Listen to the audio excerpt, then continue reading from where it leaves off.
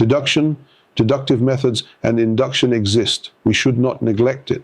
Therefore, we can not only deduce but also generalize. Using both methods, we can gain a clear understanding. They all support the idea of no war. Very good. Very good. Bravo.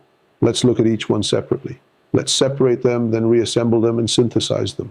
Let's take Trump as an example. He does not want a war in Ukraine. He wants the throne in Washington. Regardless of the outcome of the war, his only concern is winning the presidency. Trump will say anything to win the election, promising to end the war tomorrow or today in 15 minutes. You will elect me in 10 minutes, and I will conclude the war in 15 minutes. That's exactly how things will unfold. Trump's election won't stop any war. Does Trump need to end the war? He needs to get elected president. Putin needs to halt the war because he is suffering significant casualties and other consequences. On what terms is he willing to end the war? Does he expect the Ukrainians to withdraw from Kursk and leave all the territories he has seized? On those terms, is Ukraine ready? No. Putin is not prepared to negotiate on any other terms. His primary focus now is not the conflict in Ukraine, but maintaining his own authority. We will tell him that he has lost nearly 1 million people, destroyed the entirety of Russia, and given away the territories he has seized. You are insignificant. We will turn you into a laughingstock. Putin understands it perfectly well. Everyone understands it perfectly well, so he is not going anywhere.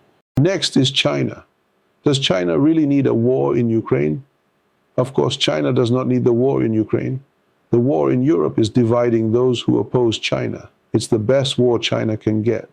Let's say Lukashenko, who's screaming for peace, doesn't need a war in Ukraine. It's like manna from heaven to him. He claims the throne of Moscow. And without this war, without Putin's colossal loss, without Savior Lukashenko, he will never seize this throne. And without China, among other things.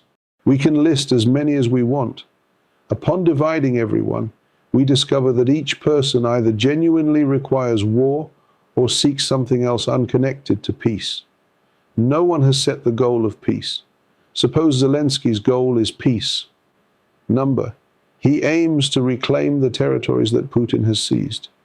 Peace is a proclamation, a slogan. No one needs this peace at all.